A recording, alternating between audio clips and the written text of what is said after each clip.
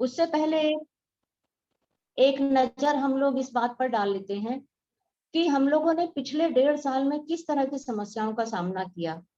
स्वास्थ्य संबंधी समस्याएं निश्चित रूप से आई, कोरोना से लोग ग्रस्त हुए, जो अन्य बीमारियों से ग्रस्त थे उनकी बीमारियों के प्रति थोड़ी सी लापरवाही लोगों ने दर्ज कराई, उनका देखभाल ठीक से नहीं की।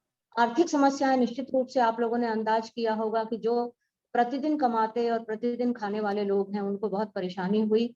साथ ही कुछ ऐसे सेक्टर थे जैसे टूरिज्म है, होटल है, रेस्टोरेंट्स हैं, उनको भी बहुत इस समस्या से बहुत आर्थिक हानि हुई।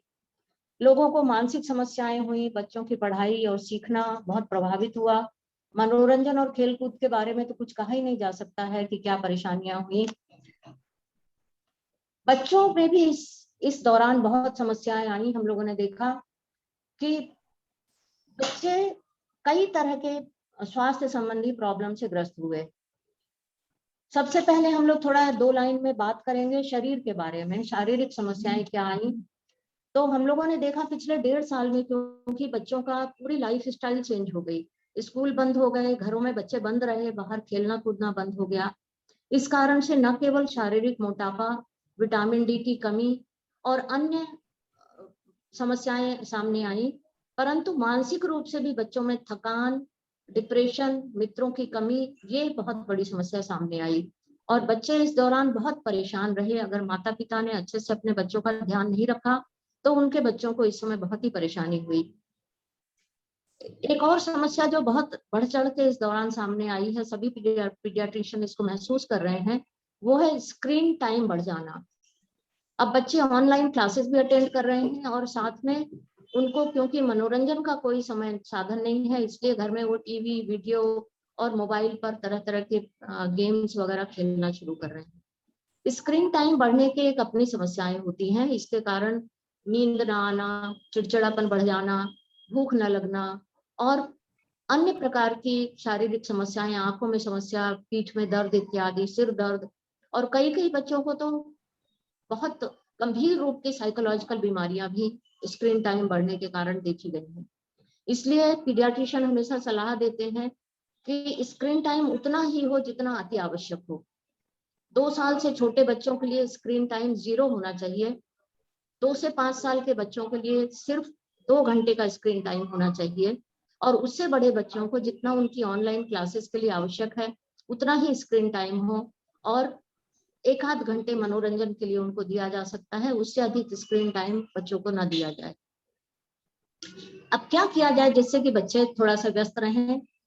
उसके लिए माता पिता को उन्हें समय देना आवश्यक है, चाहे वो बच्चे छोटे हों या वो किशोरावस्था में हों या युवा हों। सबको परिवार में एक साथ बैठकर थोड़ा समय बिताना बहुत आवश्यक हो गया है। कुछ मनोरंजन साथ साथ होना चाहिए।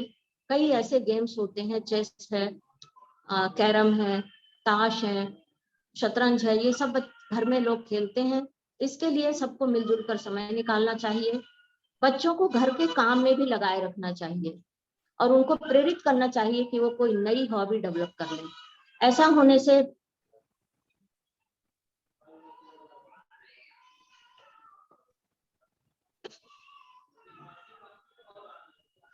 ऐसा करने से वो निश्चित रूप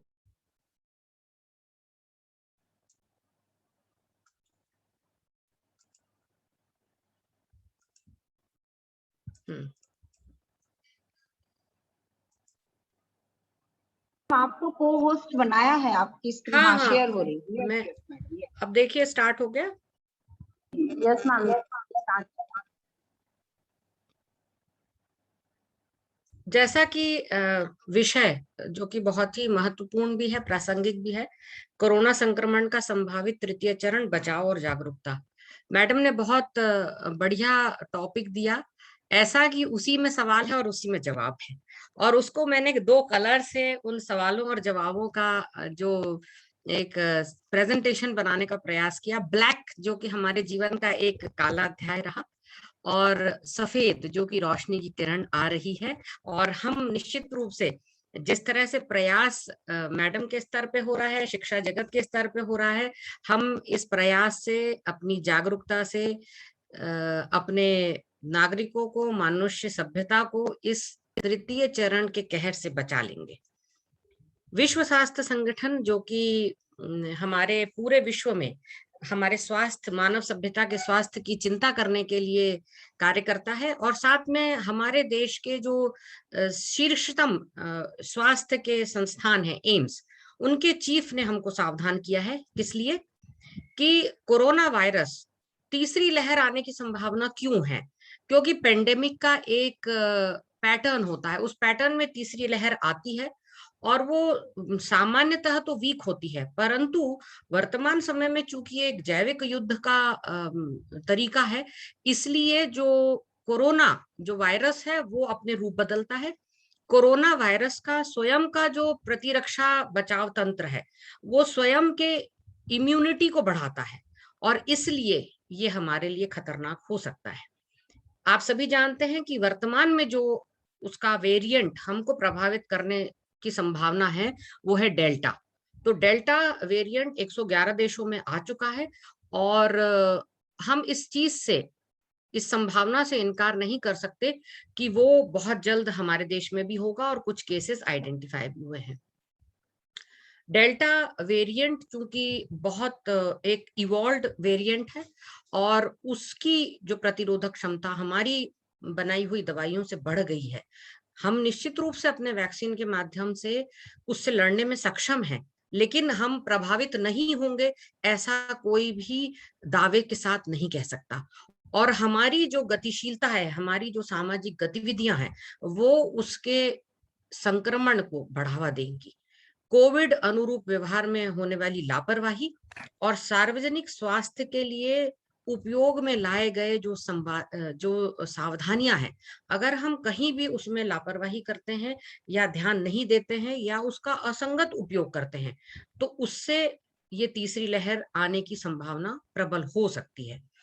लेकिन इसके साथ साथ जो एक और दुख की बात मैं ये कह सकती हूँ कि टीकों का जो वैश्विक वितरण है, टीका हमारी सुरक्षा के लिए अत्यंत जरूरी है, लेकिन जब हम पूरे विश्व में देखते हैं तो कहीं ना कहीं इसका वितरण असामान्य है, और जीवन रक्षक उपकरणों का और व्यवस्थाओं का जो उपलब्धता है वह भी असमान रूप से प्रेजेंट है। इसलिए कोरोना संक्रमण किसी की चॉइस से नहीं होता है, ये एक्सीडेंट ही माना जाएगा। और चूंकि सावधानियां नहीं है, कई सारे कॉम्प्रोमाइजेस हमारे मानव सभ्यता में अलग अलग जो सेक्शंस है उसमें दिखाई पड़ते हैं, और जागरूकता की कमी है, इसलिए ये तीसरी लहर आने की संभावना प्रबल हो जाती है। लेकिन हम उसको रोक सकते हैं। ये सारे, जैसे रोड सेफ्टी, सड़क पर चलने की सुरक्षा के जो सिंबल्स डेवलप किए गए हैं, उसी प्रकार से ये सिंबल्स हैं जो कि कोरोना संक्रमण को रोकने के लिए विकसित किए गए हैं। जब हमको इतनी जानकारी मिल चुकी है और बहुत सारी बातें हम अपने प्रीवियस 2 स्पीकर से भी जान चुके हैं, तो क्यों हमको उस डेंजरस जोन में एंटर होना चाहिए? लेकिन अगर हम उस डेंजर जोन में एंटर नहीं होना चाहते हैं तो हमको क्या करना है? तो हमारा पहला जो स्टेप होना चाहिए, जो पहला चरण होना चाहिए, पहला प्रयास होना चाहिए, वो होगा अपनी दिनचर्या को नियमित रखें। हमारा शरीर, हम इसकी ही तो सुरक्षा करना चाह रहे हैं डेल्टा वेरिएंट से, तो उसके लिए क्या जरूरी है? इसको हम एक बायोलॉजिकल मशीन, एक जैविक संरचना मानेंगे, और है। और इस मशीन का जो यूजर मैनुअल है वो किसी मनुष्य ने नहीं बनाया है, वरन प्रकृति ने बनाया है। तो प्रकृति का यूजर मैनुअल क्या कहता है कि दिनचर्या नियमित रखें, हर चीज का एक निश्चित समय रखें, और वो निश्चित समय सीधे सीधे हमारी जैव रासायनिक क्रियाएं यानी बायोकेमिकल रिएक्शंस जो हमारे शरीर में होते हैं, जो हमारे प्रीवियस स्पीकर्स ने भी इस बात की पुष्टि की है कि जैव रासायनिक संरचना क्रियाएं, secretion of hormone, secretion of enzymes, ये सारी चीजें हमारे न केवल माइक्रोबायोम यानी हमारे आंत में होने वाली गतिविधियों को, परंतु हमारी मानसिक स्वास्थ्य को भी सीधे सीधे प्रभावित करती है। तो दिनचर्या में यूं अगर हम सुने तो बहुत सामान्य सी बात लगती है, लेकिन अगर हम इसके अंदर जाकर देखें तो यह अत्यंत महत्वपूर्ण और सबसे पहला स्टेप है, सबसे पहला चरण है, जिसके माध्यम से हम अपनी, अपने परिवार की, अपने बच्चों की और अपने समाज की सुरक्षा इस खतरनाक जो खतरा हमारे सर पे मंडरा रहा है उससे हम कर सकते हैं। तो जब हम सोते हैं, सोने की आदतें हमारे मानसिक स्वास्थ्य, हमारे कॉग्निशन, जो हमारी पढ़ाई है, उसको प्रभावित करती है, हमारे मानसिक क्षमता, हमारी बौद्धिक क्षमता, इन सब का सीधे सीधे संबंध हमारी दिनचर्या से है। हमारा भावनात्मक स्वास्थ्य और ऊर्जा का स्तर भी हमारी दैनिक दिनचर्या पर निर्भर करता है। क्या जरूरी है? बस थोड़ी सी अतिरिक्त योजना बनाइए और अपनी दिनचर्या को नियमित कर लीजिए। ये देखिए उसका साइंस, ये है सर्केडियन रिदम। ऐसे ढेरों सर्केडियन रिदम के अलग अलग प्रकार के चित्र आपको इंटरनेट पे मिल जाएंगे। बहुत जो संक्षिप्त था उसको मैंने अपनी बात रखने के लिए एक सपोर्टिंग स्लाइड के रूप में आपके सामने प्रस्तुत किया है। इसमें आप देख सकते हैं कि ये सुबह 6 बजे का समय है, ये 12 बजे का समय है, ये 6 बजे का पुनः शाम का समय है, और फिर यह मध्य रात्रि है। इसमें आप अलग अलग जगह पर देख सकते हैं कि कैसे हम प्रातः सुबह 6 बजे से हमारा जो हार्ट बीट है, ब्लड प्रेशर है, वो बढ़ना शुरू होता है, यानी शरीर तैयार है शारीरिक क्रियाओं के लिए। लेकिन अगर आप 6 बजे सोते रहते हैं तो शारीरिक क्रियाओं के लिए वो ब्लड प्रेशर का बढ़ना, वो हार्ट की गति बढ़ना वेस्ट हो जाएगी। तो आपको सुबह उठकर अपने उस जैविक मशीन के भरपूर उपयोग के लिए, उस भरपूर राइज इन हार्ट बीट के लिए, उस ऊर्जा की गति को अनुभव करने के लिए सुबह 6 बजे, कम से कम 6 बजे उठना आवश्यक है। उसके बाद में मेलाटोनिन सिक्रीशन स्टॉप हो जाता है। 8:30 बजे बाउल मूवमेंट का टाइम है, आपके पेट की साफ सफाई का समय आ गया है। अगर आप 8:30 बजे सो रहे हैं तो पेट की साफ सफाई का समय खत्म हो जाएगा। हमारी एक बहुत ही महत्वपूर्ण, जिसको हम बाइबल कहते हैं न्यूट्रिशन की, वो किताब है क्रॉस एंड महान की। उसमें कॉन्स्टिपेशन की डेफिनेशन जो दी गई है, the continuous neglect of the urge to defecate, यानी शरीर के सफाई की इच्छा जो मशीन स्वयं आपको बता रही है, और लगातार जब आप उसका अवहेलना करते हैं, उसकी तरफ ध्यान नहीं देते हैं, तो कब्ज की शिकायत होती है। तो क्यों होगी? क्योंकि 8:30 बजे आप उस चीज के लिए तैयार नहीं है, शायद आप सो रहे हैं। 9 बजे हाईएस्ट टेस्टोस्टेरोन सिक्रीशन, हार्मोन का सिक्रीशन। 10 बजे आपकी हाईएस्ट अलर्टनेस, आपका मन, आपका मस्तिष्क पूरी तरह से जागरूक हो चुका है, आप पूर्णतः चैतन्य अवस्था में है। और इस समय हमारे बच्चे कक्षाओं में पहुंच जाते हैं, इस समय हमारी ऑनलाइन क्लासेस शुरू हो जाती हैं, इस समय हमारे कार्यालय का समय हो जाता है। क्यों? क्योंकि हमारी मशीन, हमारा शरीर इस चीज के लिए पूर्णतः चैतन्य अवस्था में आ गया है। तो अगर हम ऑफिस नहीं जा रहे हैं तो घर पे रहकर अपनी चैतन्यता का उपयोग करना है। दोपहर के 2 बजे, उसके बाद में 2:30 बजे बेस्ट कोऑर्डिनेशन। हमारे जितनी गतिविधियां होती हैं, आप देखिए स्कूलों का समय जिनका दोपहर तक या शाम तक होता है, उनके गेम्स पीरियड या उनके लंच का पीरियड यहाँ पर होता है, जब वो मैदान में जाते हैं अपनी क्लासरूम से निकलकर, और अपने जिसको हम कहते हैं मोटर, मेंटल और फिजिकल सारे डेवलपमेंट्स का एक कोऑर्डिनेशन यहाँ पर श्रेष्ठतम अवस्था में होता है। अगर हम कोई चीज लिख रहे हैं, अगर हम कोई चीज सुन रहे हैं, उसको इम्प्लीमेंट करना है, हमको सुनना भी है और लिखना भी है, तो कोऑर्डिनेशन का बेस्ट समय 2:30 बजे के आसपास होता है। उसके पहले से वो प्रारंभ हो जाएगा। 10 बजे तो हमारी चैतन्यता पीक पर है, सबसे अपनी तीव्रता पर है। 3:30 बजे के आसपास हमारा फास्टेस्ट रिएक्शन टाइम होता है। अक्सर हमारी बैठकें 3 बजे आयोजित होती हैं, अगर हमारी मैडम लोग उसको रिलेट कर पाए, क्योंकि 3 बजे हम अपनी ओपिनियन देने में, अपनी सलाह देने में बहुत ही अच्छी अवस्था में होते हैं शारीरिक तौर पर। 5 बजे ग्रेटेस्ट कार्डियोवास्कुलर एफिशिएंसी और मस्कुलर स्ट्रेंथ होती है। तो बच्चे इस समय, शाम के समय, हमारे यहाँ की संस्कृति, हमारे यहाँ का कल्चर ये कहता था, माएं बच्चों को घर से बाहर कर देती हैं, जाइए खेलिए, जाइए फिजिकल एक्टिविटी करिए। क्यों? क्योंकि कार्डियोवास्कुलर यानी heart is ready, muscle strength is ready for physical activity. 6 बजे हमारा जो ब्लड प्रेशर है वो अधिकतम होता है। 7 बजे के आसपास हमारा बॉडी टेम्परेचर अधिकतम हो जाता है। 9 बजे मेलाटोनिन सिक्रीशन स्टार्ट हो जाता है, यानी ये हमारे बेड टाइम हो चुका है। खाना इसके बीच में सूर्यास्त के पहले या सूर्यास्त के जस्ट बाद 7:30 8 बजे के समय हो जाना चाहिए, क्योंकि मेलाटोनिन सिक्रीशन आंखें बंद होने के बाद, अंधेरा होने के बाद होता है, और ये हार्मोन हमारे डिटॉक्सिफिकेशन प्रोसेस की एक महत्वपूर्ण कड़ी है। अगर किसी कारणवश हम बहुत अधिक रोशनी में होते हैं, देर से सोते हैं, तो मेलाटोनिन सिक्रीशन डिले हो जाता है, जिससे हमारा डिटॉक्सिफिकेशन भी डिले होता है। उसके बाद देखिए 10:30 बजे बाउल मूवमेंट्स सप्रेस हो जाते हैं, हमारी आंतें भी सोने की अवस्था में आ जाती है क्योंकि हम खाना खा चुके हैं। जितना हमारा पाचन होना था वो 2-3 घंटे में स्टमक एम्प्टी होके, पाचन होके अब एब्जॉर्प्शन वाली स्थिति में आ गया है, इसलिए बाउल मूवमेंट भी स्लो हो गई है, डिप्रेस हो गई है, सप्रेस हो गई है। मिडनाइट 12 बजे और 2 बजे हम सबसे गहरी नींद में होते हैं। 4:30 बजे हमारे शरीर का तापमान लोवेस्ट रहता है। 2 से 4:30 के बीच में कंप्लीट डिटॉक्सिफिकेशन प्रोसेस होती है।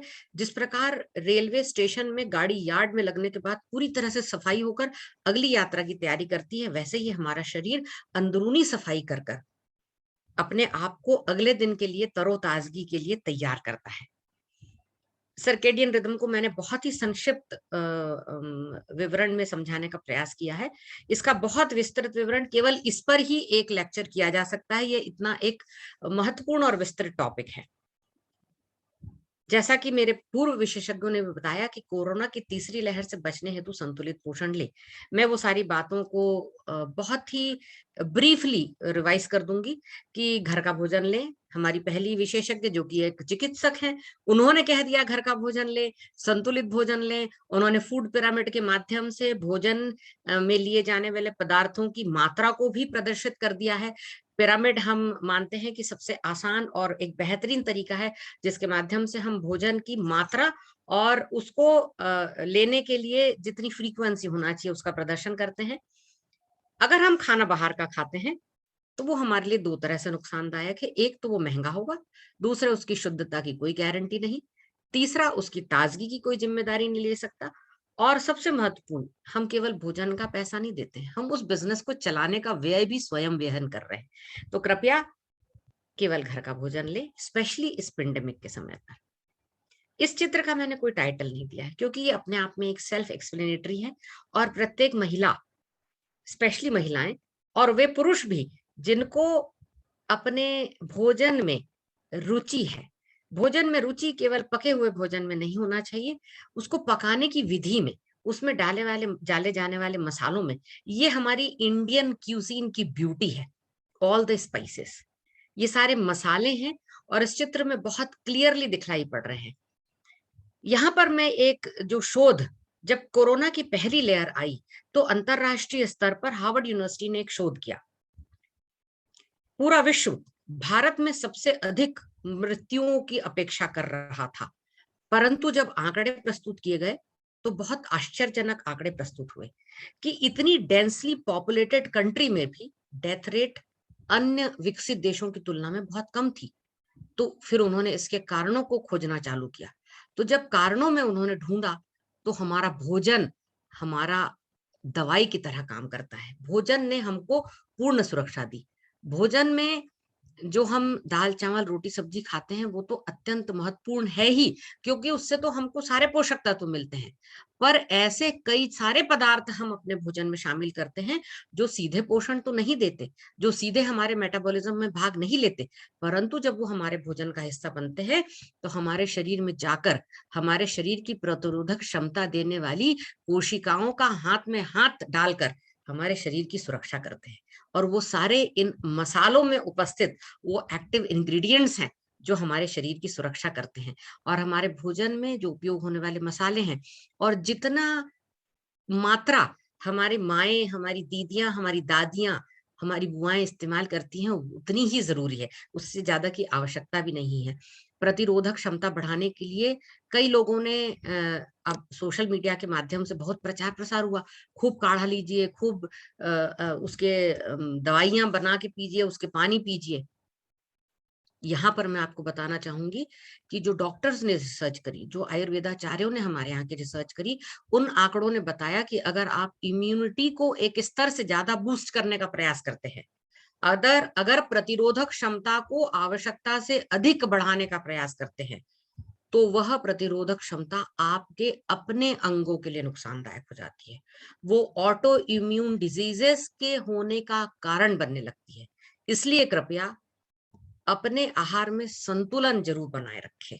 इन मसालों का संतुलित उपयोग जितना हमारे यहाँ किया जाता रहा है। हम प्रतिदिन गरम मसाले की सब्जी नहीं खाते, हम 2 दिन में 1 बार, हफ्ते में 2 बार, हफ्ते में 3 बार, इस प्रकार से हम गरम मसाला ताजा पीस के उसकी सब्जी खाते हैं। पाउडर के रूप में हम कई बार सूखी सब्जी में इस्तेमाल कर लेते हैं, तरकारी में इस्तेमाल कर लेते हैं।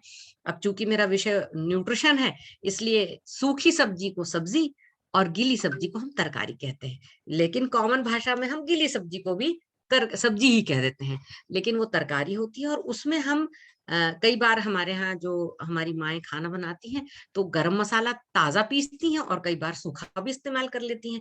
तो अलग-अलग तरह से उपयोग करने पर उसका प्रभाव भी अलग-अलग होता है। यह अपने आप में एक बहुत विस्तृत विषय है।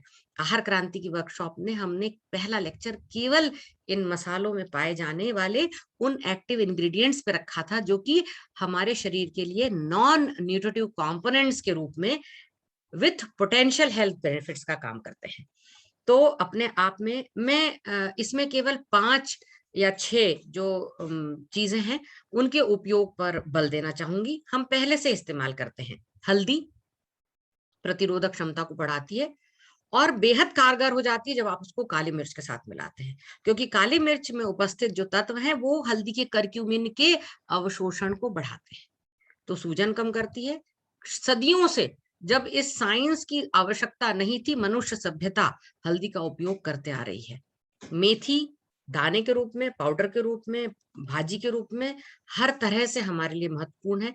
धनिया का पाउडर, हम धनिया पाउडर कई सब्जियों में डालते हैं, कुछ में नहीं भी डालते हैं, और हमारी माएँ बिना उसके साइंस को जाने जानती हैं कि किस में डालना है और किस में नहीं डालना है। काली मिर्च तो अत्यंत उपयोगी है। काली मिर्च का उपयोग हम लोग बहुत ज्यादा नहीं करते, बहुत सिलेक्टेड चीजों में करते हैं, और वो जो हमारी बुद्धि थी, जो हमारे परंपरा से हमको मिली है, उसी का पालन हमको आज भी करना है।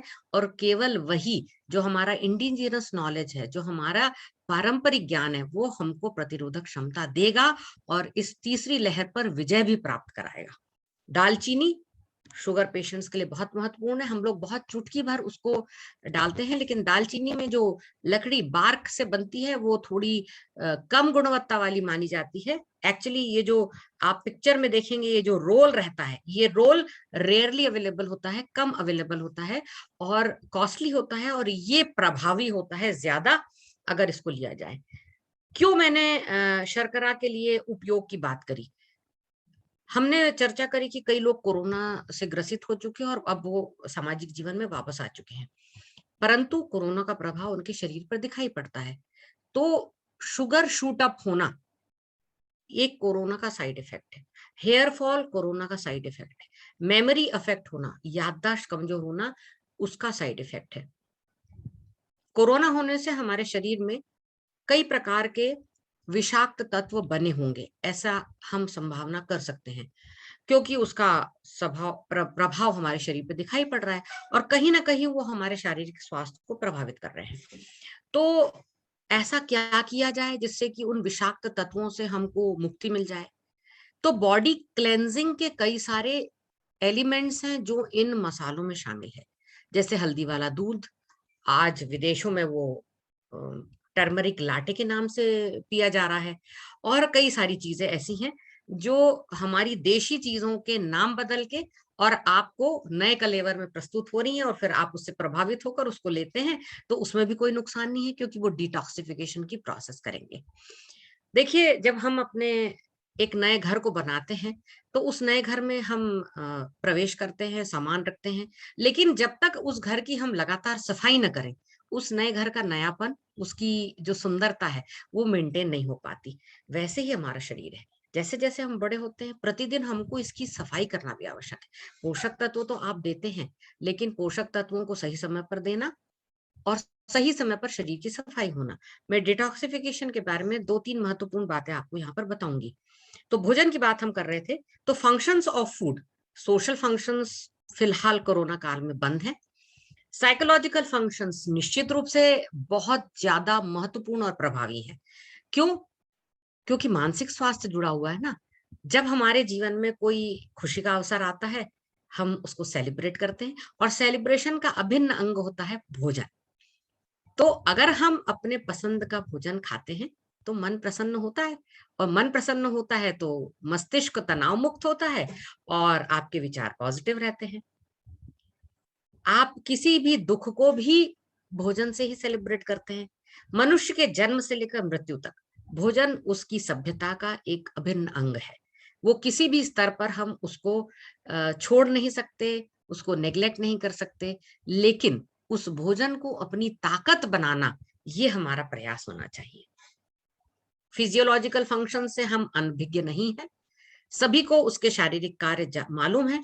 शरीर की प्रत्येक क्रिया, यहाँ तक कि सांस लेना, सोना, जगना, उठना, बैठना, खाना खाना, बनाना और पचाना, सभी के लिए ऊर्जा देने का कार्य भोजन ही करता है। शरीर की सुरक्षा भोजन करता है। हमारे बॉडी बिल्डिंग का काम, एक नवजात शिशु 2-2.5 किलो का जन्म लेता है और वो एक खूबसूरत बच्चे में 4 साल में, 10 साल में, 12 साल में, 18 साल में हमारे सामने परिवर्तित होता है। ये परिवर्तन कैसे संभव होता है? जब तक वो गुणवत्ता युक्त भोजन नहीं लेगा, ये परिवर्तन उत्तम नहीं होगा। तो इस परिवर्तन को, यानी बॉडी बिल्डिंग, बॉडी मेंटेनेंस, इन सभी के लिए और लगातार हमारे स्वास्थ्य को बनाए रखने के लिए भोजन संतुलित और गुणवत्तापूर्ण होना अत्यंत आवश्यक है। और संतुलित और गुणवत्तापूर्ण भोजन हम किसको कहेंगे? जो हमारी परंपरा ने हमको दिया है। घर का बना दाल चावल रोटी सब्जी, और कैसा? ताजा। नींद के बारे में हमारी पहली स्पीकर ने कहा है और वो बहुत ही ज्यादा महत्वपूर्ण है। जागने पर आप कैसा महसूस करेंगे, यह इस बात पर निर्भर होता है कि सोते समय आपके शरीर में क्या हो रहा है। नींद आपके जीवन में आपके शारीरिक क्षमताओं के प्रदर्शन के लिए, मानसिक बौद्धिक प्रदर्शन के लिए और भावनात्मक संतुलन के लिए बहुत महत्वपूर्ण है। कैसे? शरीर डिटॉक्सिफाई हो जाता है, ये तो हम सब जानते हैं। शरीर के डिटॉक्सिफिकेशन के लिए जो हमारे एक्सक्रीटरी ऑर्गन्स हैं, हमारी स्किन फीकल मैटर के रूप में हमारी इंटेस्टाइन क्लीन करती है, सांसों को फेफड़े के माध्यम से कार्बन डाइऑक्साइड बाहर निकाल देती है। लेकिन हमारे मस्तिष्क का क्या? ब्रेन उसका डिटॉक्सिफिकेशन एजेंट नहीं है। हमारे मस्तिष्क का डिटॉक्सिफिकेशन होता है जब हम बहुत गहरी नींद में जाते हैं। और अगर आप खाना समय पर नहीं खाएंगे तो नींद गहरी नहीं आएगी। अगर आप 10 बजे खाना खाएंगे, 12 बजे खाना खाएंगे, मिडनाइट खाना खाएंगे, आपकी नींद गहरी नहीं हो सकती। आपकी नींद गहरी नहीं होगी तो आपका मस्तिष्क डिटॉक्सिफाई नहीं होगा। मस्तिष्क डिटॉक्सिफाई होने के लिए आपको डीप स्लीप में जाना जरूरी है। ध्यान से सुनिएगा मेरी बात।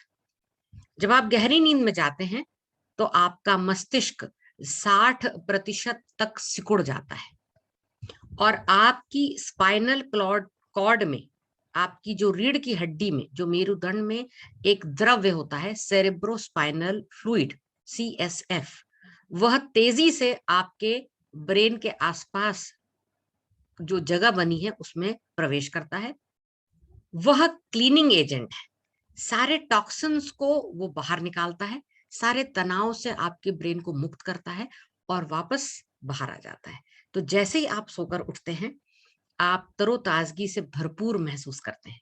और किसी दिन जब आपको डीप स्लीप नहीं होती है, मान लीजिए आप ट्रेन में यात्रा कर रहे हैं, लगातार आपकी नींद टूट रही है, आपने अपना बिछौना बदला है, आप किसी अपने रिश्तेदार के घर गए हैं या कोई ऐसी जगह पर है जहां आप सो नहीं पाए हैं, अगले दिन आपको थकान महसूस होती है, आप ताजगी का अनुभव नहीं करते हैं, आपको कार्यों में रुचि महसूस नहीं होती है, आपको याददाश्त जो है उसमें परेशानी महसूस होती है, याद करने के लिए बहुत स्पेशल प्रयास करना पड़ता है। तो नींद महत्वपूर्ण है ब्रेन डिटॉक्सिफिकेशन के लिए। डीप स्लीप कब आएगी? जब आप भोजन सूर्यास्त के पहले या सूर्यास्त के जस्ट बाद ले लेंगे। तो यह कब संभव होगा? जब आपकी दिनचर्या नियमित होगी।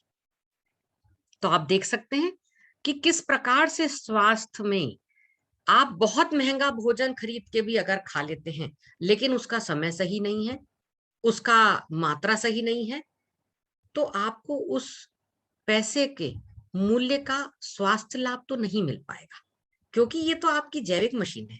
इसको समझना जरूरी है। ईश्वर ने मनुष्य को बुद्धि दी है, वह अपनी बुद्धि से अपने समय का दुरुपयोग भी कर लेता है और उपयोग भी कर लेता है, लेकिन हमको सदुपयोग करना है, सही समय पर सही कार्य करना है। और जो मनुष्य इस चीज का पालन नहीं करता है, निश्चित रूप से वो अपनी बुद्धि का उपयोग नहीं कर रहा है। उससे तो फिर वो पशु बेहतर है, जो अगर उसका पेट भरा है, आप उसको कितनी भी इंपॉर्टेंट उसके पसंद की चीज दे दीजिए, वो नहीं खाएगा। अगर उसका पेट भर गया है और उसके भोजन के कटोरे में, बर्तन में भोजन की मात्रा शेष है, वो उसको छोड़ देगा। तो क्या वह हमसे बेहतर हो गया? नहीं। उसकी बायोलॉजिकल क्लॉक ऐसी सेट है कि उसके जीवन में लालच, प्रेफरेंस, चॉइस और पसंद का है, और ओवर ईटिंग जैसे कोई कंसेप्ट नहीं है। और आप देखिए उनकी दिनचर्या सूर्य उदय से सूर्यास्त तक चलती है। तो क्या मनुष्य को कोई विशेष चीज की आवश्यकता होगी जिससे कि इसको समझाया जा सके? जी हाँ, तो हम शिक्षा ही तो दे रहे हैं, हम जागरूकता ही तो दे रहे हैं उसके बारे में, उस खूबसूरत मशीन के बारे में जो ईश्वर ने आपको, जो प्रकृति ने आपको प्रदान की है, और उसके उपयोग में आपको क्या सावधानी रखना है। जैसे मान लीजिए, इसका उदाहरण मेरा बहुत प्रिय उदाहरण है कि आपको BMW खरीद ली गई गाड़ी, और अगर आप उसको पेट्रोल की जगह उसको आप केरोसिन डाल के चलाएंगे, तो क्या आपकी BMW बहुत लंबे समय तक चल पाएगी? नहीं। तो ईश्वर ने BMW तो सबको दी है, और उससे ज्यादा बेहतर, उससे महंगी कोई कार अगर आप कल्पना कर सकते हैं, तो ये मान लीजिए कि आपके लिए ये उससे भी महंगी चीज है, उससे भी बहुत ज्यादा कीमती है, बेशकीमती है। केवल उसके यूजर मैनुअल को आपको पढ़ना आवश्यक है, और पढ़ने के लिए आपको उसको समझना जरूरी है। भोजन, चूंकि मेरा विषय भोजन का है, इसलिए मैं केवल एक चित्र के माध्यम से आपको ये बता रही हूँ। मेरे राइट साइड में जो भोजन, जो कर्सर जरा मूव कर रहा है, ये ब्रेन प्रोटेक्टर फूड्स हैं। मस्तिष्क को सुरक्षित रखना, स्वस्थ रखने के लिए आवश्यक भोज्य पदार्थ हैं।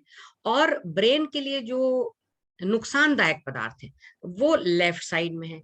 लेकिन अगर हमको ब्रेन की एक्स्ट्रा पावर चाहिए तो क्या चाहिए? देखिए नीचे 3 पिक्चर्स हैं। पहला है शूज, यानी एक्सरसाइज। और एक्सरसाइज भी कैसी? वॉकिंग। वॉकिंग सबसे महत्वपूर्ण सा एक्सरसाइज है, इसलिए शूज के माध्यम से बता रहे हैं। कुछ मानसिक गतिविधि जो बच्चों को कराना बहुत जरूरी है। बच्चों को कुछ ना कुछ हुनर आप अपने घर का सिखाइए, और घर में ढेरों सामान है जिसके माध्यम से आप उनको घर के अंदर लगातार एंगेज रख सकते हैं। निश्चित रूप से माता पिता को अपनी क्रिएटिविटी में बहुत बढ़ोतरी दिखलाई पड़ेगी, और उनके बच्चों को तभी, माता पिता की क्रिएटिविटी से बच्चों को फायदा होगा। और फिर आप अपने बच्चों की जब सृजन क्षमता देखेंगे तो आपको खुद आश्चर्यचकित हो जाएगा कि जो बात मेरे दिमाग में नहीं आई वो मेरे बच्चे ने सोच ली, वो मेरे बच्चे ने कर ली। तीसरा महत्वपूर्ण है जो बेड, यानी नींद, स्लीप। अगर ब्रेन से एक्स्ट्रा पावर चाहिए तो इन चीजों का आपको अपने दैनिक दिनचर्या में समावेश करना आवश्यक है। एक्सरसाइज में मैं वॉकिंग पे फिर से आ रही हूँ। वॉकिंग बहुत ही जिसको कहना चाहिए आसानी से की जाने वाली कसरत है। कोई इक्विपमेंट की जरूरत नहीं, समय का नहीं। और वॉकिंग महत्वपूर्ण क्यों है? मैं लगातार बात कर रही हूँ डिटॉक्सिफिकेशन की। अगर हमारे शरीर में लगातार डिटॉक्सिफिकेशन होता जाएगा तो हमारे शरीर की जो महत्वपूर्ण गतिविधियां हैं वो अपने समय पर संचालित होंगी, और उसमें प्रतिरोधक क्षमता भी शामिल है। तो जब हम चलते हैं, हमारे शरीर में एक और तरल होता है जो कि रक्त प्लाज्मा के समान होता है, और उसका नाम है लिम्फ। मैंने ब्रेन डिटॉक्सिफिकेशन की बात की। ग्लिम्फेटिक सिस्टम है जो हमारे मस्तिष्क का डिटॉक्सिफिकेशन करता है। थोड़े से शब्द टेक्निकल हैं पर उसका उपयोग जरूरी है। लिम्फ हमारे शरीर में बेहतरीन तरीके से सर्कुलेट होता है अगेंस्ट ग्रेविटी। जब हम चलते हैं, हमारे पंजों में उपस्थित जो प्रेशर पॉइंट्स हैं उनके कारण लिम्फ का सर्कुलेशन बेहतरीन होता है, और पूरे शरीर में लिम्फ नोड्स और लिम्फ वेसल के माध्यम से जब लिम्फ सर्कुलेट होता है तो वो डिटॉक्सिफिकेशन एडिशनल होता है ब्लड के द्वारा, रक्त शोधन के माध्यम से डिटॉक्सिफिकेशन जो किया जाता है। तो लिम्फ सर्कुलेशन के लिए अगर आप केवल 15 मिनट चलते हैं रोज, जो कि बहुत छोटी सी जगह में भी चलना पॉसिबल है। अगर आप फ्लैट में भी रहते हैं तो आप एक कमरे से दूसरे कमरे या कमरे के अंदर या लगातार चक्कर लगाकर 15 मिनट आसानी से पूरे कर सकते हैं। और इसको आप एक एंजॉयबल एक्टिविटी बना सकते हैं कि सबसे पहले पापा, फिर मम्मी, फिर सारे बच्चे एक ट्रेन बना के चल रहे हैं। तो देखिए एक्टिविटी भी हो जाएगी, आपका लिम्फ सर्कुलेशन भी हो जाएगा, डिटॉक्सिफिकेशन भी हो जाएगा, और परिवार की जो बॉन्डिंग है, जो कि अर्चना गुप्ता मैडम ने कही, मैं बहुत प्रसन्न हूं इस चीज के तरफ आपने ध्यान आकर्षित किया कि अगर उसके फ्रेंड्स बाहर नहीं है तो उसके लिए ये एक बहुत गोल्डन मौका है कि वो अपने परिवार के साथ दोस्ती करे। तो परिवार के साथ दोस्ती अगर खेल खेल के माध्यम से होती है तो वो दोस्ती बड़ी पक्की होती है, चाहे फिर वो बच्चों के साथ खेलो या माता पिता के साथ खेलो।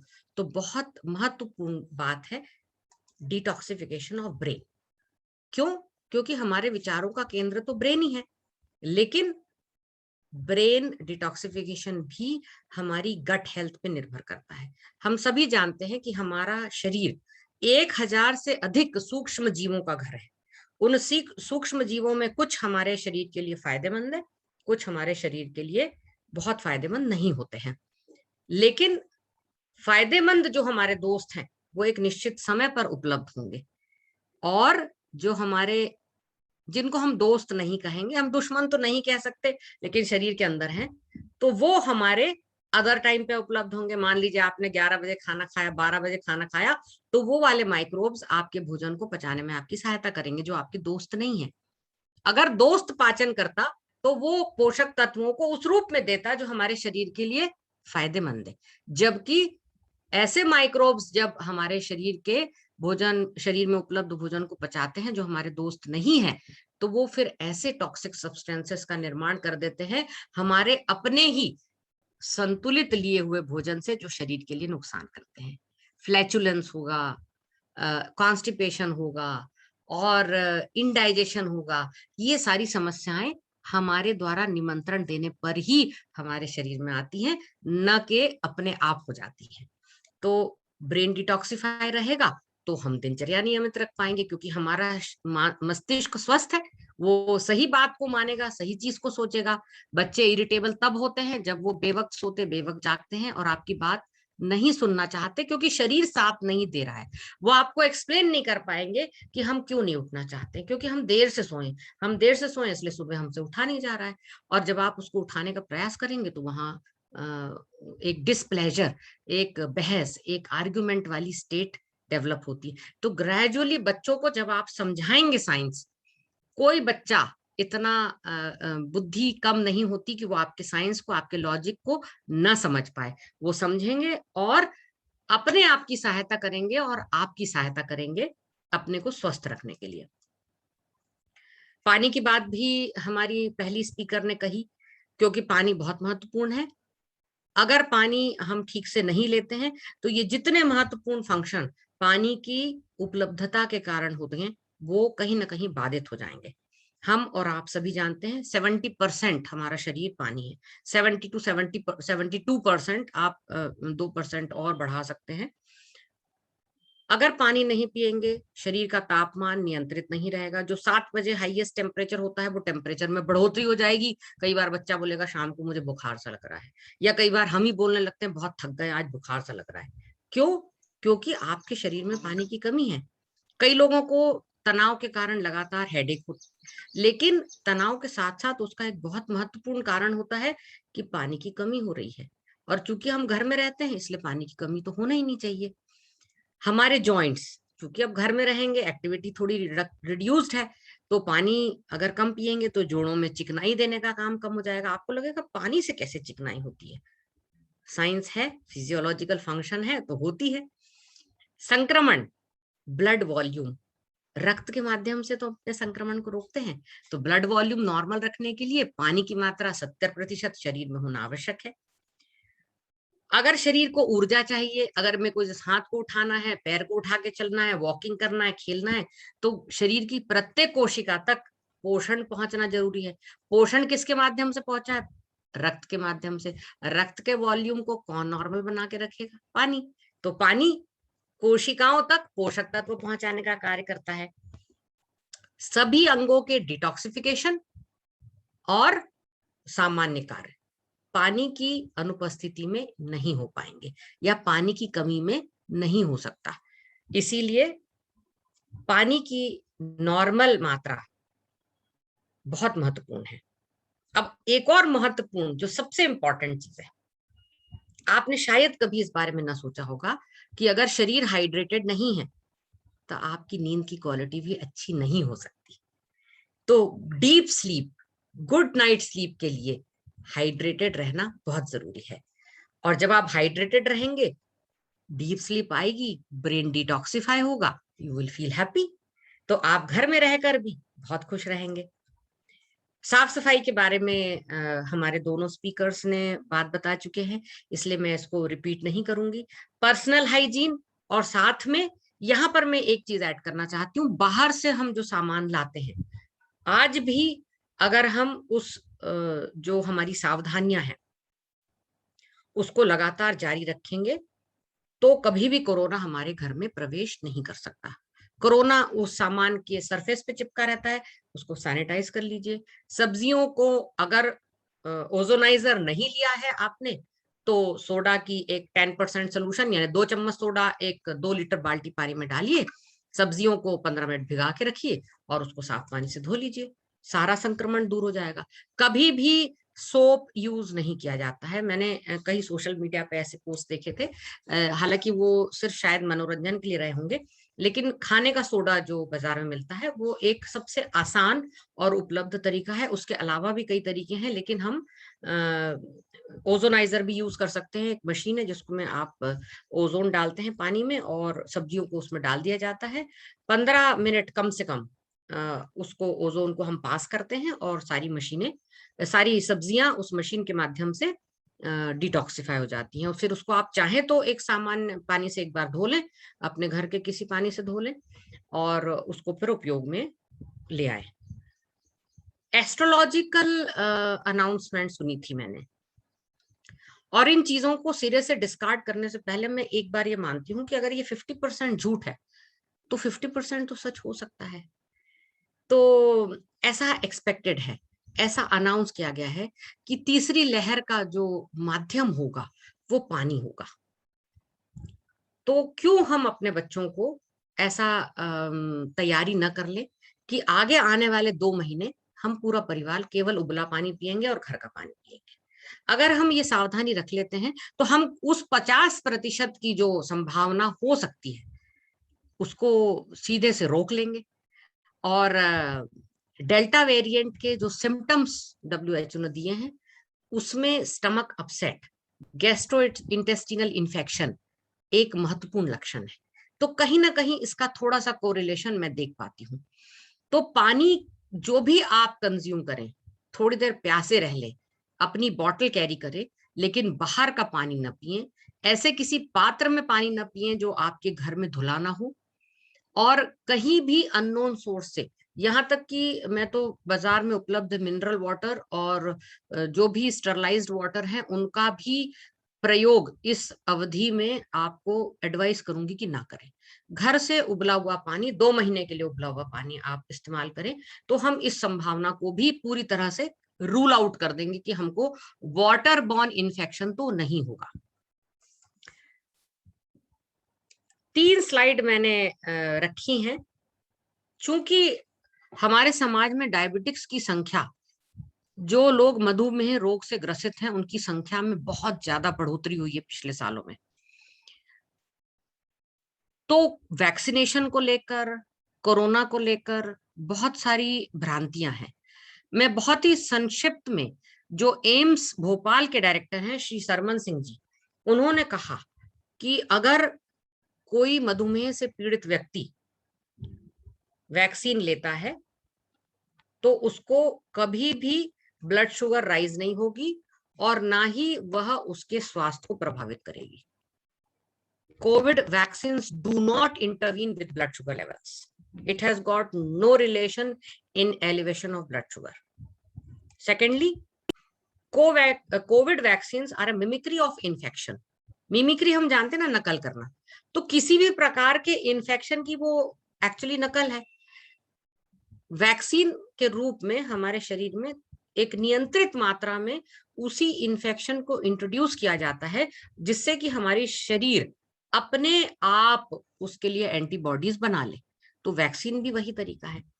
इसलिए जब आप वैक्सीन लेते हैं तो थोड़े से साइड इफेक्ट्स, जिसको हम साइड इफेक्ट कहेंगे, वो आफ्टर रिसीविंग द जैब, यानी जो प्रिक है, जो इंजेक्शन है, जो मेडिसिन आप रिसीव करते हैं वैक्सीन के रूप में, उसके बाद हो सकती है।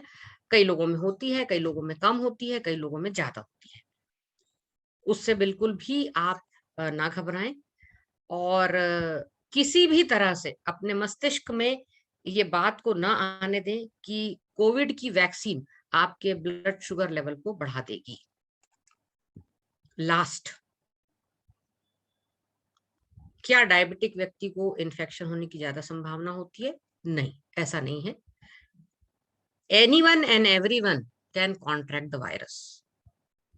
ये बीमारी किसी को भी हो सकती है, चाहे आप बेहतरीन सावधानियां रखने वाले लोग भी, मेरे जानकारी में ऐसे हुए हैं कि पूरा के पूरा परिवार संक्रमित हो गया, किसी एक जगह लापरवाही हो गई, या वो हमको नेकेड आंखों से दिखाई तो पड़ता नहीं है, इसलिए वो वायरस कब कैसे कहां से प्रवेश कर जाएगा हम नहीं जानते। लेकिन अगर डायबिटिक लोगों को इन्फेक्शन होता है और जब उनको कोई एंटीबायोटिक या जो सबसे प्रभावी कोविड ट्रीटमेंट में था स्टेरॉइड्स, तो कोविड के अलावा भी अगर आप किसी मनुष्य को स्टेरॉइड देते हैं तो उसके ब्लड शुगर बढ़ जाता है, और जब ब्लड शुगर बढ़ता है तो दवाइयां असर करना बंद कर देती हैं। जब आप ब्लड शुगर हाई रहता है, एंटीबायोटिक लेते हैं, एंटीबायोटिक असर नहीं करती, और जब आप एंटीबायोटिक लेते हैं ब्लड शुगर राइज होता है। ये बॉडी का रिएक्शन होता है। तो इस अवस्था में ब्लड शुगर को नियंत्रित रखने के लिए अतिरिक्त प्रयास अपने भोजन के माध्यम से, अपने मसालों के माध्यम से, और सबसे महत्वपूर्ण अपनी दिनचर्या के माध्यम से, स्लीप के माध्यम से, एक्सरसाइज के माध्यम से किए जाना चाहिए। क्योंकि अगर आप कोविड को हरा तो देंगे ही, मुझे 100% विश्वास है कि किसी को भी कोविड होगा तो इस वर्चुअल प्लेटफॉर्म पर सुनने वाला प्रत्येक व्यक्ति पहले तो होने नहीं देगा, और इनकेस उसके परिचित हो जाता है या खुद हो जाता है तो उससे जीत जाएगा। मगर म्यूक्रोमाइकोसिस, ब्लैक फंगस, इसके लिए आप बहुत ज्यादा ससेप्टेबल हो जाते हैं जब आपकी ब्लड शुगर कंट्रोल में नहीं रहती। तो डायबिटिक लोगों के लिए वैक्सीनेशन बहुत इंपॉर्टेंट है। वैक्सीन का ब्लड शुगर एलिवेशन से कहीं कोई संबंध नहीं है, और अगर डायबिटिक लोगों को कोविड होता है तो उनको अपना ब्लड शुगर बहुत ही ज्यादा ध्यान रख के कंट्रोल में रखना है, जिससे उनको जो सेकेंडरी इन्फेक्शंस हैं ब्लैक फंगस वाले वो ना हो।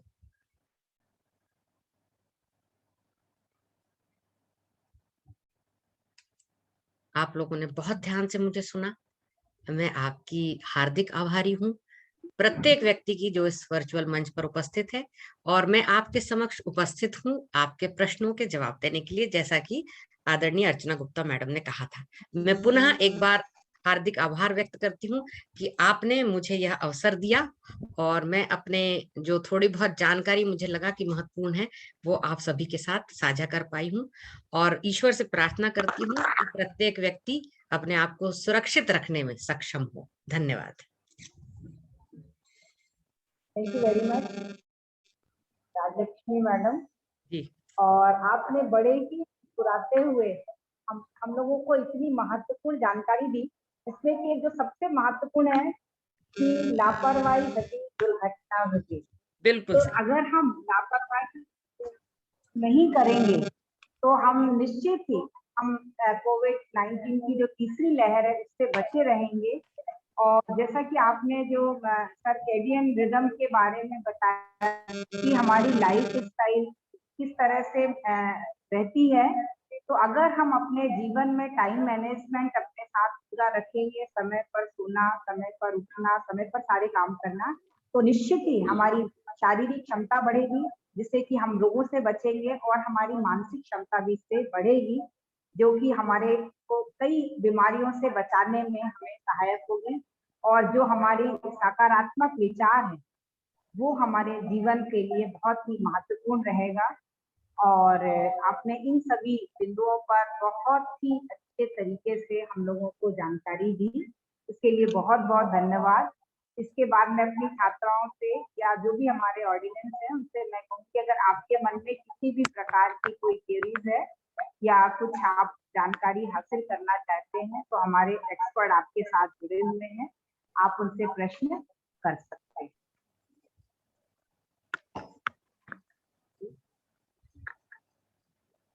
बच्चों पूछिए, आपके मैडम ने आपके लिए इतना एक खूबसूरत कार्यक्रम अरेंज किया है और ये कोई परीक्षा तो हो नहीं रही है, ना आपके ज्ञान की ना किसी और की, ये तो सामान्य बातचीत है। तो लड़कियों को प्रश्न पूछना चाहिए। मैं देखना चाहती हूँ कि कितनी स्मार्ट बच्चे हैं। शाबाश, कौन पूछेगा पहला क्वेश्चन? क्वेश्चन कभी गलत नहीं होता, एक चीज याद रखिए, a question is never wrong, question is always right. हमें लगता है आप लोगों ने इतने अच्छे से बताया है कि बच्चों की सारी क्वेरीज खत्म हो गई, तो जो जो जानना था वो कर लिया। लेकिन इसके बाद भी अगर कोई स्टूडेंट को नहीं ऐसा मैडम, लगता है रहती है, या बच्चे अभी बहुत पहली पहली और दूसरी लहर में अगर उनको कुछ परेशानी महसूस हुई है तो भी वो पूछ सकते हैं। जो समय बीत गया है उसमें जो उनको परेशानी अनुभव हुई थी उसके बारे में अगर उनकी कोई क्वेरीज है तो वो पूछ सकते हैं। आरती सिंह का हाथ रेज आ रहा है, हैंड रेज आ रहा है। आरती सिंह जी शाबाश, वेरी गुड। सारे बच्चे उसके लिए क्लैपिंग करेंगे। पहला क्वेश्चन आरती सिंह जी तरफ से आ रहा है। अनम्यूट करके बेटा आप पूछ लीजिए या चैट बॉक्स में डाल रहे हो, कैसे कर रहे हो? जी मैम नमस्कार। मैम नमस्कार। जी हाँ बोलिए। मैम मैं ये पूछ रही हूँ कि जैसे मसाला हमको खाना है तो मसाले की हम कितनी मात्रा ले सकते हैं अपने पर डे आहार में, और जैसे कि हमको दूध में हल्दी कितनी, इसकी मात्रा कितनी लेनी चाहिए मैम रोजाना? दूध में हल्दी, अगर आपके दूध की जो दूध आप ले रहे हैं अगर 100 ml दूध है यानी एक छोटा कप है तो 1 चम्मच, आधा चम्मच आपके टेस्ट के अनुसार, उसकी बहुत ज्यादा क्वांटिटी लेने की आवश्यकता नहीं है। आधा 1 चम्मच सफिशिएंट होगा, आपको जितना उसमें फ्लेवर टॉलरेट होता है। और जहां तक मसालों की बात है, वो आपकी माँ से बेहतर कोई नहीं जान सकता। आपकी माँ तो सबसे बड़ी साइंटिस्ट है। जितना सब्जी के छौंक में वो राई डालती है, जितना जीरा डालती है, जितना धनिया डालती है, जितनी हल्दी डालती है, वो बेस्ट है। जो टेस्ट आपको सबसे अच्छा लगता है वो बेस्ट है। हम तो ऑलरेडी हमारे घर में, हर एक घर में हमारी माँ के रूप में एक फूड साइंटिस्ट है। उसका सम्मान करिए, उसके कुकिंग को ध्यान से खड़े होकर देखिए एक दिन उसके बाजू में, जब वो आपकी फेवरेट डिश बनाती है। तो वो मात्रा जो छौंक बघार में हमारे यहाँ डाली जाती है, जिसका बहुत रिजिड स्टैंडर्ड नहीं है, कोई लोग 1 चम्मच राई भी डालते हैं, कोई लोग चुटकी भर भी डालते हैं, वो सफिशिएंट, वो उनके परिवार के टेस्ट के लिए, क्योंकि वो बहुत ही कम मात्रा में आवश्यक। और फिर देखिए वो सब्जी, वो दाल पूरा परिवार खाता है, यानी बहुत कम मात्रा में आपके शरीर को आवश्यकता होती है, उतना ही हमारे लिए फायदेमंद है। उससे अधिक अगर हम इन चीजों को लेंगे तो वो हमारे को नुकसान करेगा। इसलिए बहुत ज्यादा कॉन्शियस एफर्ट उसको डालने में नहीं, जो प्रैक्टिस है उसके ऑब्जर्वेशन में आप रखिए। Okay ma'am, thank you ma'am. Ma'am very good, शाबाश। मैम एक क्वेश्चन और है। हाँ मैम बेटा। जैसे गिलोय का यूज इम्यूनिटी बूस्टर के लिए किया जाता है, तो मैम इसकी मात्रा हमको कितना लेना चाहिए, या एक हफ्ते में या पर डे कैसे? जी मैम। आप उसको ऑल्टरनेट डे ले सकते। देखिए सबसे पहले तो मेरा आपको ये सुझाव है कि जब आपको गिलोय या कोई भी प्रतिरोधक चीजें कब लेना आवश्यक होता है, जब सीजन चेंज होता है। हमको साल भर लेने की आवश्यकता नहीं है। शरीर की क्षमता एडजस्टमेंट की आवश्यकता तब होती है जब मौसम बदलता है, जब गर्मी से बरसात शुरू होती है, जब बरसात से सर्दियां शुरू होती है, तब आप देखिए आपको जुकाम होगा, आपकी तबीयत खराब होने की जो संभावना बनती है। क्यों? मौसम में परिवर्तन होता है, प्रकृति मल्टीप्लाई करती है, माइक्रो ऑर्गेनिजम्स एयर में बढ़ जाते हैं, हर सरफेस पे बढ़ जाते हैं। अगर वो हमारे शरीर में एंटर होते हैं, हमारी प्रतिरोधक क्षमता कम है, तो हम किसी ना किसी प्रकार के संक्रमण से ग्रसित हो जाते हैं। तो आपको जब ये सीजन चेंज हो रहा है, उस समय आप गिलोय हफ्ते में 2 दिन, 3 दिन, 5 दिन, अपनी जो व्यक्तिगत आपकी इम्यूनिटी है, अगर आप अंडरवेट हैं, अगर आपका वजन सामान्य से बहुत कम है, अगर आपको बहुत खाने पीने में आप कमजोर हैं, नहीं खाना ठीक से खाती हैं, आप घर से बाहर रह रही हैं, किसी कारणवश कॉम्प्रोमाइज्ड है खाना, तब आपको अपने शरीर को इस एक्स्ट्रा इम्यूनिटी बूस्टर की जरूरत है। अन्यथा अगर आप घर पर हैं, सामान्य भोजन लेती हैं, तो केवल विटामिन सी आप अपने भोजन में बढ़ा दीजिए। विटामिन सी का सोर्स बहुत ही बढ़िया अभी चल रहा है, अमरूद आता है, परंतु अमरूद में अभी कीड़े रहेंगे क्योंकि मौसम ऐसा है, उसको बहुत ध्यान से खाइए। अगर आप 100 ग्राम्स का एक अमरूद खा लेते हैं, आपके दिन भर की विटामिन सी रिक्वायरमेंट पूरी हो गई। अमरूद नहीं मिल रहा है, आपने गिलोय का जूस पी लिया, आधा कप पी लिया, सफिशिएंट है। हफ्ते में 2 दिन भी पी लिया, 3 दिन भी पी लिया तो बहुत है। मैंने क्या कहा, अधिकता अगर आप इम्यूनिटी बूस्टर्स की करेंगे तो वो हमारे ही बॉडी के डिफरेंट ऑर्गन्स को ऑटो इम्यून के रूप में नुकसान पहुंचाने लगते हैं। इसलिए बहुत ज्यादा हमको अति सर्वत्र वर्जित, ये सेंटेंस आप याद रखिए कि अच्छी क्रिया भी अति में अगर आप करेंगे तो वो नुकसान देगी। ठीक है बेटा? जी ma'am, thank you so much ma'am. Thank you so much, thank you. और कोई है हमारी स्टूडेंट? स्मार्ट लड़कियां हैं, पूछेंगी मैडम अभी। आरती की सहेली नहीं है कोई पूछने वाली?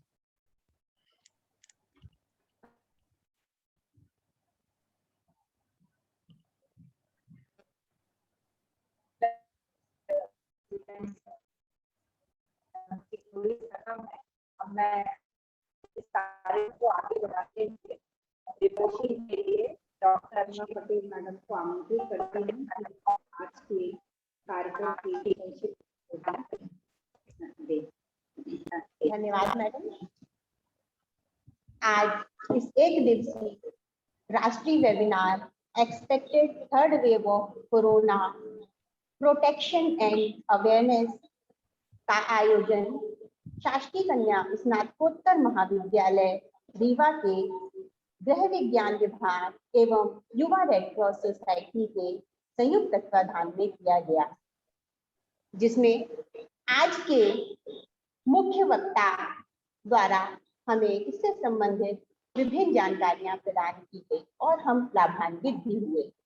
जिसमें आज की प्रथम वक्ता डॉक्टर ज्योति सिंह मैडम, जो कि retired professor and head paediatric department SS medical college Rewa रही, और उन्होंने कोविड एवं लॉकडाउन के कारण होने वाली समस्याओं के बारे में हमें अवगत कराया। साथ ही साथ उन्होंने कोरोना काल में बच्चों का स्वास्थ्य पर भी हमें जानकारी प्रदान की और बचाव के 3 नियम जैसे पौष्टिक भोजन, नियमित व्यायाम और टीकाकरण के महत्व से हमें अवगत कराया। साथ ही साथ पानी की भी महत्वता पर प्रकाश डाला और हम किस प्रकार से संक्रमण सुरक्षा व्यवहार करें इसकी जानकारी हमें प्रदान की। पौष्टिक भोजन के अंतर्गत उन्होंने घी की मात्रा या फिर अलसी का तेल कैसे प्रयोग करें इसे हमें बताया। तत्पश्चात हमारे कार्यक्रम की द्वितीय वक्ता doctor Preeti Pandey madam, SN PG college Phoolbagh Kanpur रही। उन्होंने हमें कोविड के साइकोलॉजिकल इम्पैक्ट के बारे में बताया, साथ ही साथ इसके लॉन्ग टर्म इफेक्ट्स फिजिकल और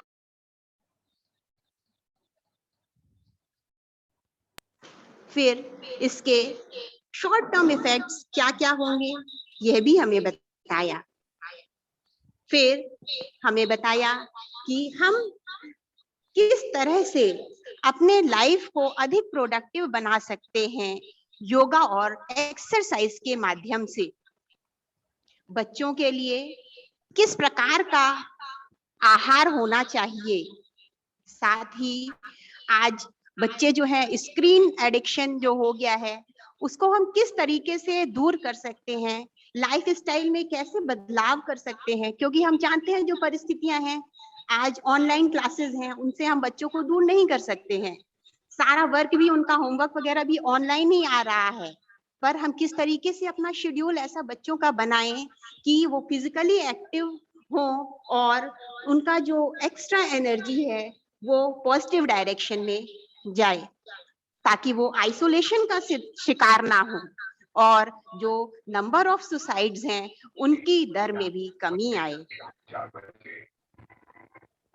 इसके पश्चात आज की हमारी तृतीय बहुत ही प्रभावी वक्ता doctor Rajlakshmi Tripathi madam, professor government MH college of home science and science for women Jabalpur रही।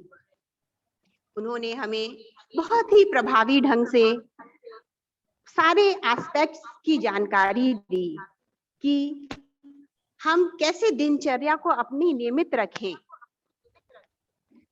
साथ ही साथ हमें बहुत ही महत्वपूर्ण जानकारी क्रिकेडियन रिदम के बारे में बताया, जिसे कि मैं भी नहीं जानती थी कि कितना इफेक्टिव है, किस तरीके से ये क्लॉक हमारी बॉडी, माइंड और हमारी प्रोडक्टिविटी, ओवरऑल जो ग्रोथ है उसको अफेक्ट कर रही है।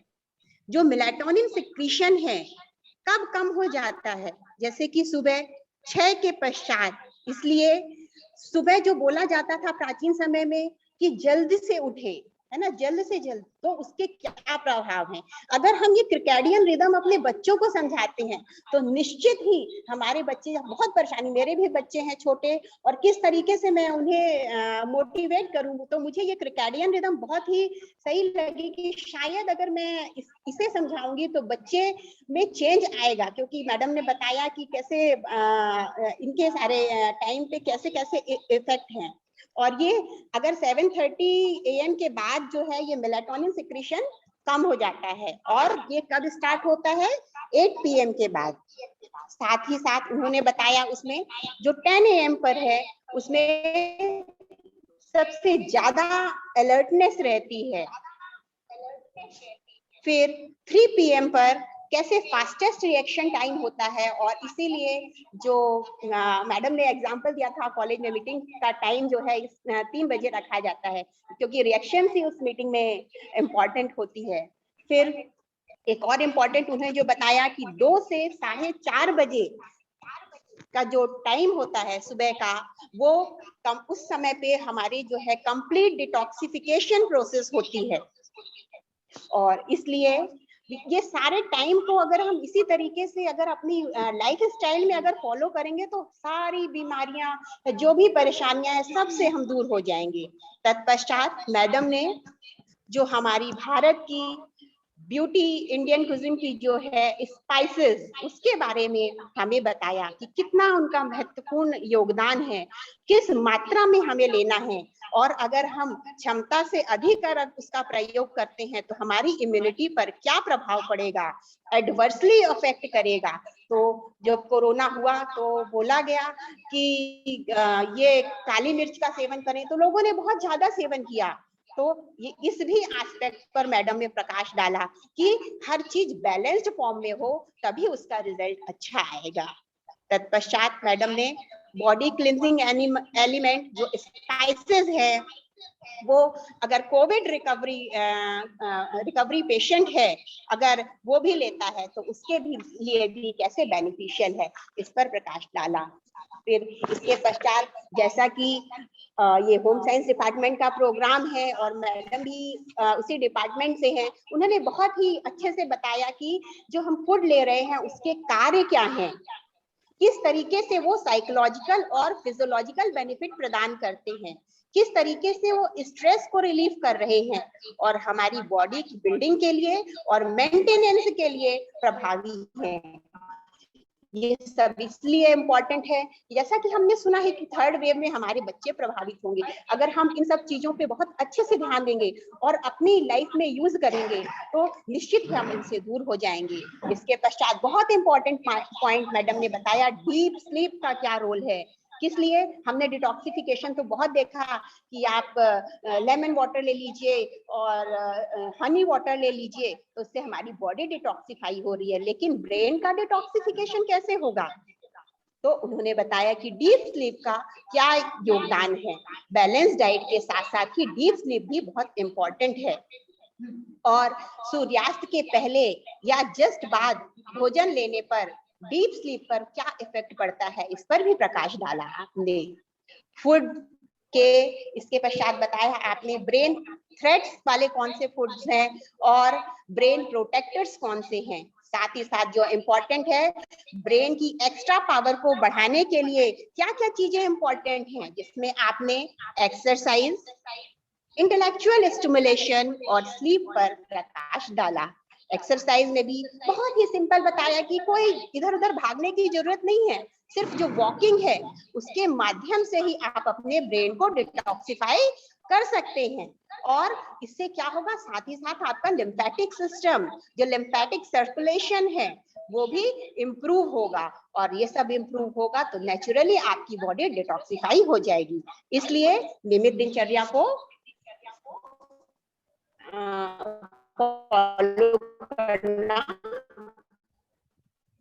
हमारे लिए बेनिफिशियल है।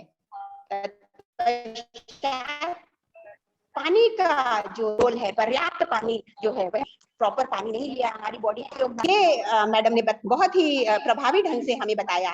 साथ ही पर्सनल हाइजीन किस तरीके से अगर हम रखेंगे तो इन्फेक्शन से हम बच सकेंगे आगे, और साथ ही पानी को या जो हम फ्रूट्स वेजिटेबल लेते हैं किस तरीके से हम उसको यूज करें। अगर ओजोनाइजर है हमारे पास तो उसके यूज के द्वारा, या फिर सोडे को कितनी क्वांटिटी में कितनी पानी में डालकर हम उसको यूज करें, ना कि उसको सोप से वॉश करें, क्योंकि हमने देखा है कई घरों में कि कुछ नहीं तो सोप से वॉश कर लिया और उसके बाद तो पानी से वॉश कर देंगे तो कुछ नहीं होगा। तो मैडम ने ये भी बहुत महत्वपूर्ण बात हमें बताई। तत्पश्चात मैडम ने link between corona virus vaccine and diabetes पर प्रकाश डाला।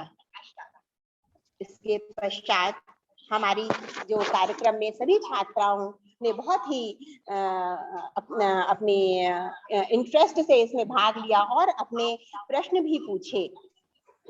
इसके और हमारे इस कार्यक्रम में हमारी महाविद्यालय के साथ साथ विभिन्न महाविद्यालय से भी प्राध्यापक गण जुड़े हुए हैं, जैसे सतना से हमारी सुचिता तिवारी मैडम है, और भी विभिन्न जो भी गण जुड़े हुए हैं उन सभी ने बहुत ही प्रभावी ढंग से इसमें अपनी सहभागिता दी। इसी के साथ ही मैं सभी अपने स्पीकर्स और जुड़े हुए सभी का धन्यवाद करती हूँ। धन्यवाद मैडम। अब मैं आभार प्रदर्शन के लिए डॉक्टर श्रीमती दीपा मालवी मैडम को आमंत्रित करती हूँ कि वे आभार प्रदर्शन करें।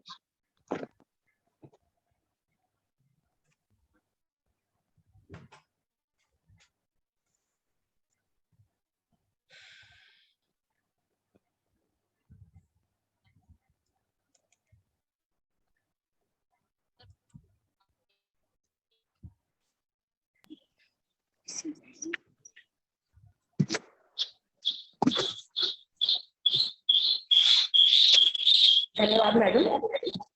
सर्वप्रथम आज के इस वेबिनार के सफल आयोजन के लिए आप सभी को आभार, धन्यवाद और साधुवाद। सर्वप्रथम मैं प्राचार्य डॉक्टर शशि सिंह मैडम का धन्यवाद देती हूँ, जिनकी प्रेरणा, आशीर्वाद एवं सहयोग से यह कार्यक्रम सफलतापूर्वक संपन्न हुआ। गुणवत्ता प्रकोष्ठ प्रभारी डॉक्टर महेंद्र मणि द्विवेदी सर, जिन्होंने अपने बड़े व्यस्त शेड्यूल होने के बाद भी हमें समय दिया, इसके लिए धन्यवाद सर।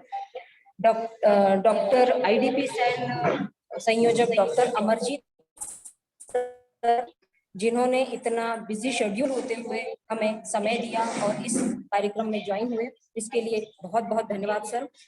हमारी प्रथम वक्ता डॉक्टर ज्योति सिंह मैडम, जिन्होंने इतनी महत्वपूर्ण जानकारी हमारी छात्राओं को दी, जिससे हमारी छात्राएं लाभान्वित हुई। इतनी महत्वपूर्ण जानकारी के लिए आपका बहुत बहुत धन्यवाद मैडम।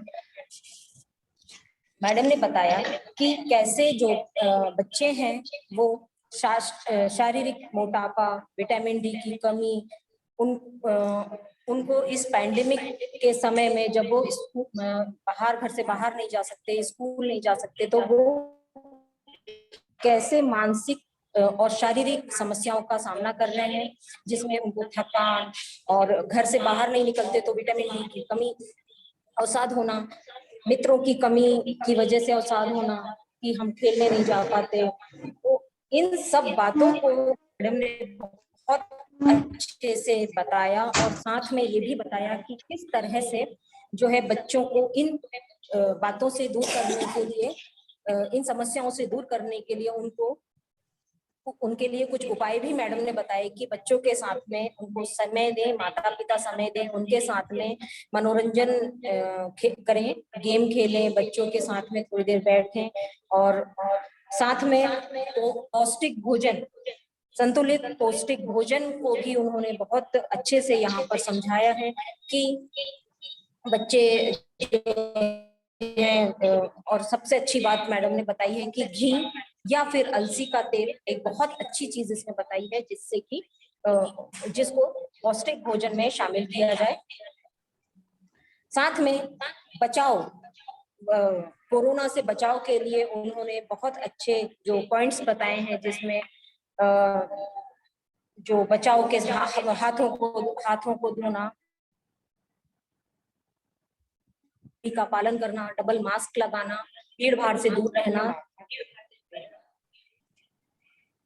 तो मैडम बहुत बहुत धन्यवाद आपका। फिर हमारी दूसरी वक्ता doctor Preeti Pandey ma'am, corona काल के दौरान होने वाली मानसिक स्थिति को कैसे संतुलित रखें, इस विषय पर मैडम द्वारा इतनी महत्वपूर्ण जानकारी आपने हमारे छात्रों को प्रदान की, इसके लिए आपको बहुत बहुत धन्यवाद मैडम। तृतीय वक्ता डॉक्टर राजलक्ष्मी त्रिपाठी मैडम, संक्रमण से बचाव हेतु आहार प्रबंधन के बारे में मैडम ने बहुत अच्छे से, बहुत कम समय में सारी जानकारियां मैडम ने दी हैं, बहुत अच्छे से उन्होंने सारी जानकारियों को बताया। फिर इसके बाद में हमारी HOD madam doctor Urmila Sharma madam को बहुत बहुत धन्यवाद देती हूँ।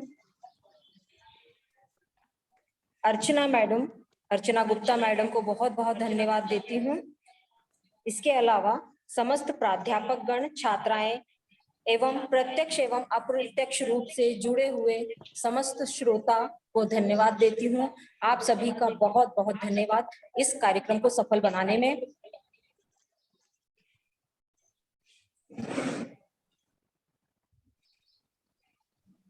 धन्यवाद दीपा। और अब मैं आप सभी को अंत में धन्यवाद देते हुए कार्यक्रम को समाप्त कर रही हूँ, और ये इस उम्मीद से कि आज इस वर्चुअल प्लेटफॉर्म के माध्यम से आप लोगों को जो जानकारी दी है वो आप लोगों के लिए अवश्य ही लाभकारी होगी।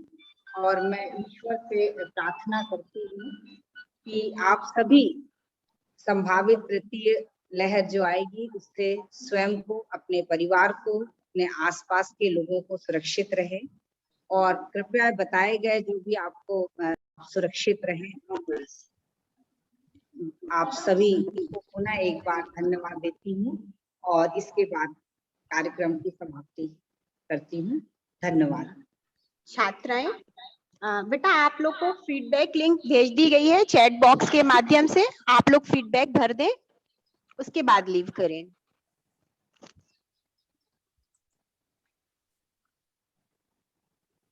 ठीक, चलो भैया।